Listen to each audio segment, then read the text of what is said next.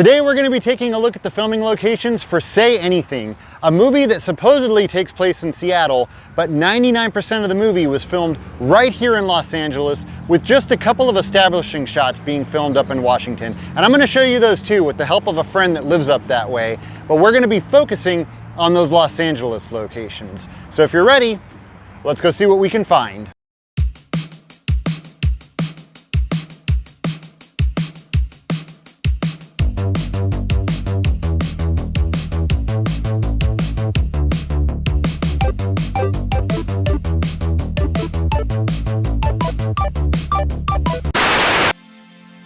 The movie begins with a shot of the outside of Corey's house. That was filmed up in Seattle. The house is still there and looks pretty much the same. However, only the exteriors of this house were used. All of those scenes with Lloyd and the girls inside Corey's bedroom were filmed at a house in Altadena, California. And somewhere behind these bushes and trees is that house. Now it's kind of hard to see, but behind the house is a garage with a room above it. And as you can see in these MLS pictures, that was Corey's bedroom. The statues that Diane supposedly drives by on her way to graduation are still there, but they've since put a building behind them, blocking out a lot of the scenery. Life moves pretty fast. You don't stop and look around once in a while, you could miss it.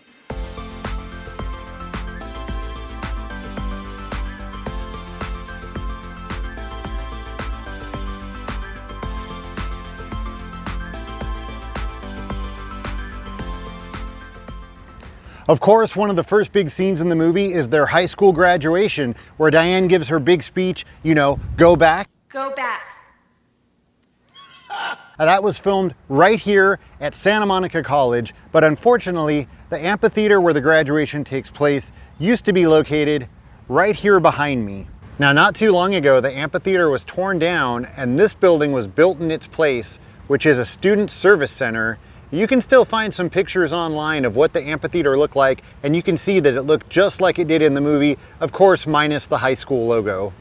So after graduation, everybody heads to a park to take graduation pictures together, and that was filmed here at Lacey Park, which is a huge park. I mean, really big, so it's almost impossible to tell exactly where they filmed that scene. However, I think, and I repeat, I think, it was right over here where Lloyd and Corey and DC are taking pictures together.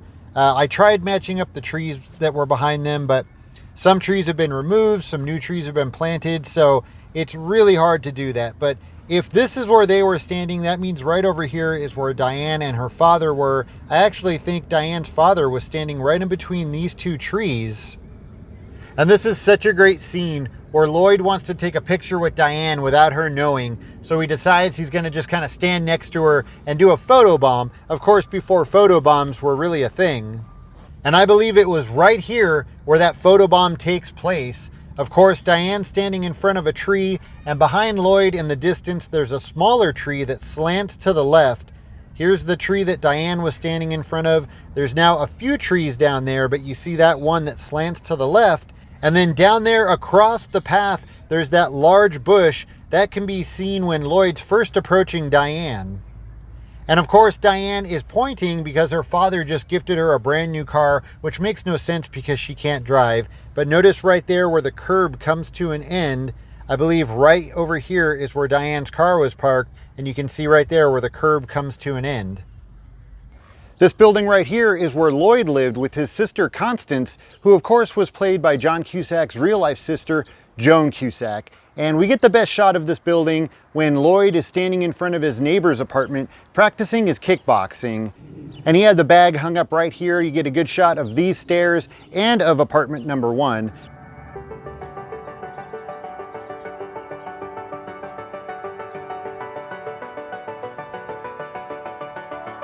But Lloyd's apartment was actually right upstairs in apartment number 3, and they did actually film inside of this apartment as well.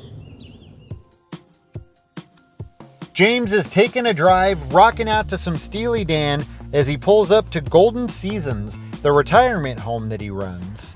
He comes into this driveway, and right over here was the Golden Seasons sign, and he pulls up to this building, which in real life is Tierra del Sol, a center for disabled adults. Now, all of the exteriors of Golden Seasons were filmed here, with all of the interiors being filmed at Scripps House, which has since been torn down. And we do see this location a few more times later on in the movie.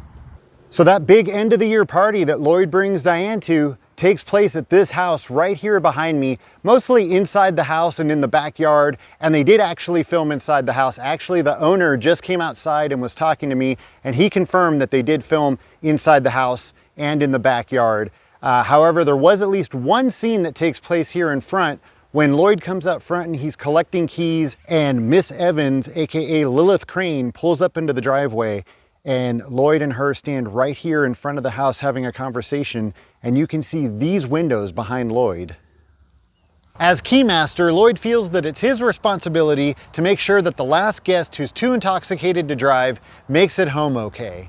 Now, after hours of driving around trying to figure out where he lives, he finally spots his house, and Lloyd comes to a screeching halt right in front of this driveway. As he's getting out of the car, he thanks Lloyd for the ride and tells him to give him a call sometime, but before he can even finish his sentence, Lloyd takes off and speeds down the street this way. So after Lloyd and Diane finally drop off Mike, they stop at this 7-Eleven to grab a few snacks. Now, as they're approaching the sidewalk, Lloyd notices some broken glass, and he stops Diane and kicks the glass out of the way so that she won't step on it. And you can see Lloyd's car parked right over here. You can also see that park across the street, which ends up playing a pretty big role in the movie later on. Now, something that's pretty cool is the sidewalk here is still exactly the same. And you can actually see this in the movie. And based on the placement of this, I tried to figure out where the broken glass was, and I'm not sure, but I think it was right here. And as their date comes to a close, Lloyd and Diane are walking right here. Lloyd's walking on this brick wall, and as he gets down here to the end, he walks up this side of the wall, jumps across this step, and then comes down this side. And then him and Diane stand right here talking, saying goodnight or good morning or whatever. And then Diane walks up these steps and into her house.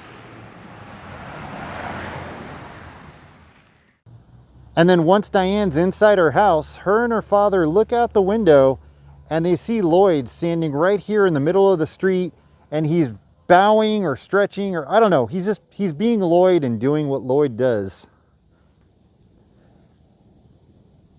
And I'm actually here right now checking out Diane's house with my buddy Aaron. I brought him along because, first of all, this is one of his favorite movies.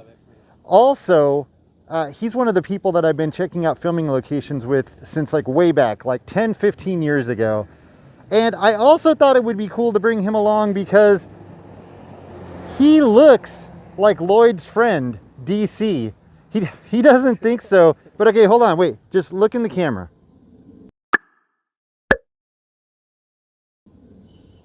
Yeah, exactly. Diane has a rather awkward lunch with her mom where she tries to convince her mom to support her father in the IRS case. That lunch took place right here in this restaurant behind me, coincidentally named Cameron Seafood. And the inside of Cameron Seafood pretty much remained the same all of these years. You could have sat at the very same table that Diane sat at with her mom. Unfortunately, after more than 30 years in business and being a staple here in Pasadena, just recently, Cameron Seafood closed their doors permanently. It was somewhere there in the back of the restaurant where Diane and her mom were sitting. Right now, I'm actually looking through the window that you can see behind Ray when he walks into the restaurant. Lloyd and Diane go out for coffee at a Fluky's hot dog stand, and that's when she tells Lloyd that she feels bad when she's with him. You can see some of Fluky's signature black and yellow striped cups behind him. There were multiple Fluky's locations in the valley, but the one where they stopped to get coffee was in North Hollywood, and it's now a Walgreens. All of the Fluky's locations have closed down except for one in Woodland Hills. Lloyd decides to try and teach Diane how to drive, which makes a lot of sense, you know, since she owns a car and everything. That was in front of the Golden Seasons retirement home. They were just going in a circle right here. You can see they've since widened this area and gotten rid of a lot of the shrubbery that was in front. And Diane's father, James, was watching them from a second-story window. Actually, that window right up there.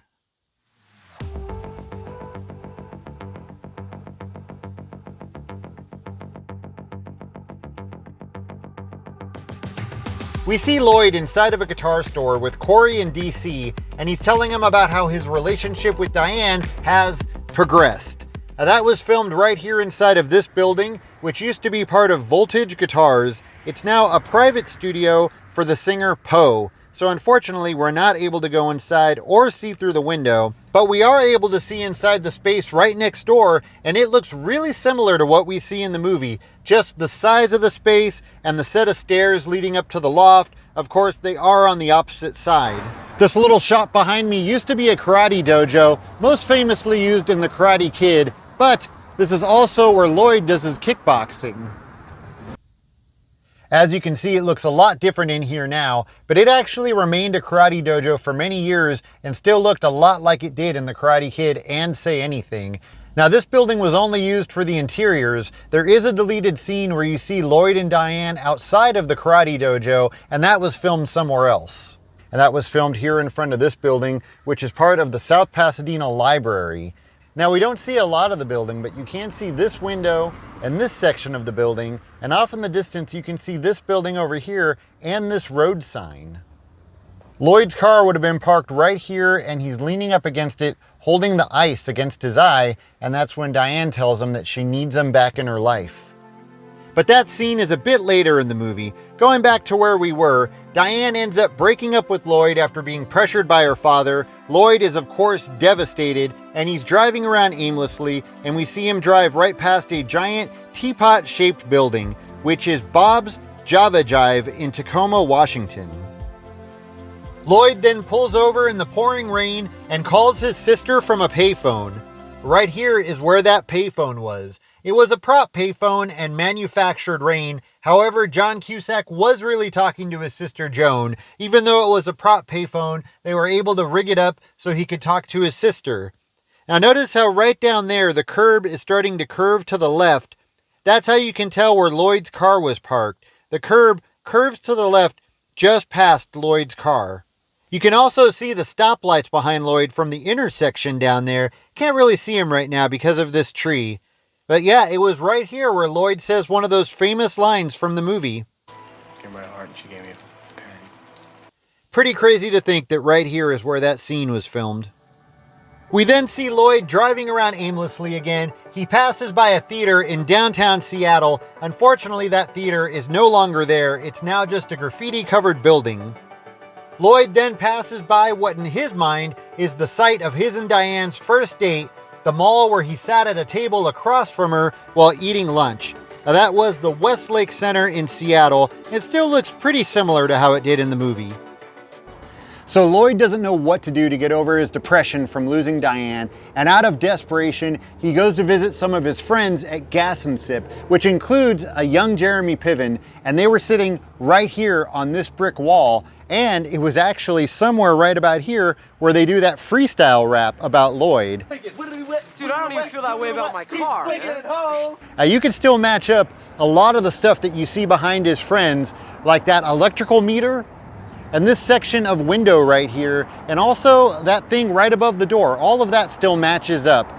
Now, when the camera is shooting the other way, when Lloyd is talking, you can see this building behind him. It's currently the Retro Dairy Mart. I believe at the time it was an Altadena Dairy. The building has changed a little bit. At the time it had some neon going around the top of it. I don't think this was here at the time of filming. This is actually what you see right behind Lloyd. So it does look a bit different, but this is the spot. James decides to pick up some really nice luggage for Diane's trip to college, and while he's at it, he tries to pick up a date for himself. That was filmed here at the Sherman Oaks Fashion Square inside of Wiener's Luggage. You can see here on this very old mall directory from the Fashion Square, Wiener's Luggage used to be located inside Space 75, which is now home to Sephora Makeup Store. but it was inside this Sephora where James tries to buy the luggage and get himself a date. Unfortunately, he failed at both.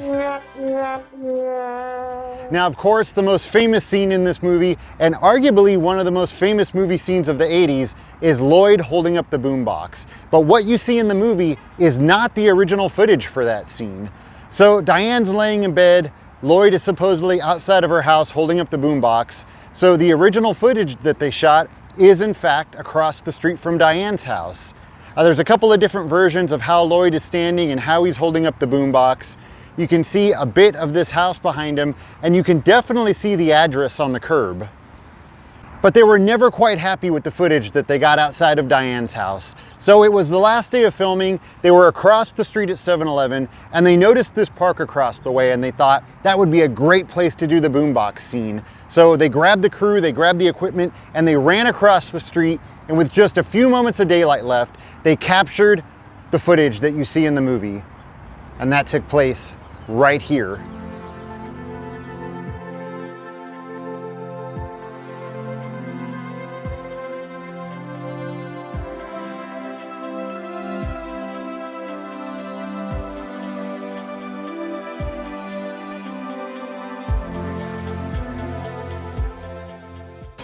Diane heads down to the IRS office to talk about her dad's investigation. And that was filmed here at the Design Center in downtown Los Angeles, which is currently private offices and still routinely used for filming. After Diane finds out the truth about her father, she's angrily driving down Riverside Drive and then hangs a left onto Bob Hope Drive.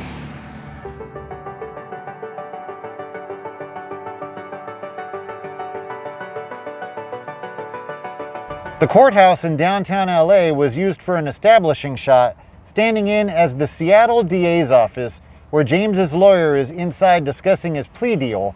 The interiors for that scene were also filmed at the Design Center just a couple of blocks away. So Lloyd goes to pay a visit to Diane's father while he's locked up in the Spokane Correctional Facility. That was filmed here at the Mira Loma Detention Facility, a now defunct detention center. And it was here where Lloyd and James sit and have a conversation on the prison yard, and where Diane comes to visit her father one more time before going to college. Right there, that's where Lloyd's car was parked. There was a sign on the fence that said Spokane Correctional Facility. And of course, it looks a bit different. Like I said, it's been defunct for a while. There's now a tree where Lloyd's car was. You can see those two guard towers. They look a lot closer in the movie. Of course, that's because of the telephoto lens that they're using. But this is definitely the spot. And it was somewhere right out here on these prison yards where James and Lloyd have their visit. I think it was probably a little bit further down that way, but there's no trespassing signs everywhere, so I don't want to go too much further. But you can see a guard tower behind them in one of the shots, and you can see a guard tower right down there. You can also see like a large field behind him and mountains that you can see right over there. And off in the distance behind Lloyd, you can see a road with cars traveling on it. And I think that's probably this road that I'm standing on. So I'm pretty sure it was somewhere right over here where they're sitting. Now, the end of the movie with Lloyd and Diane on the airplane getting ready to take off, that was actually filmed here at Universal Studios Hollywood, right down there on the back lot inside of a soundstage. That scene was filmed inside a stage 747, which used to house two sets that looked like airplane interiors. But since then, they've removed the airplane sets and they've just recently renamed it Stage 34, and it's currently a workshop for metal and woodworking. Now, you can't really see Stage 34 from here, but it's right on the other side of this building. Well, that's gonna do it for this video, and I wanna give a huge thank you to Greg at Vinyl Films and the Uncool website. I actually got a lot of info about these locations from him. I also wanna thank my buddy Aaron, who came down and helped me out, and a huge thank you to his sister Jenna, who drove all around Seattle helping me get some of that footage. As always, thank you so much for watching, and I'll see you next time.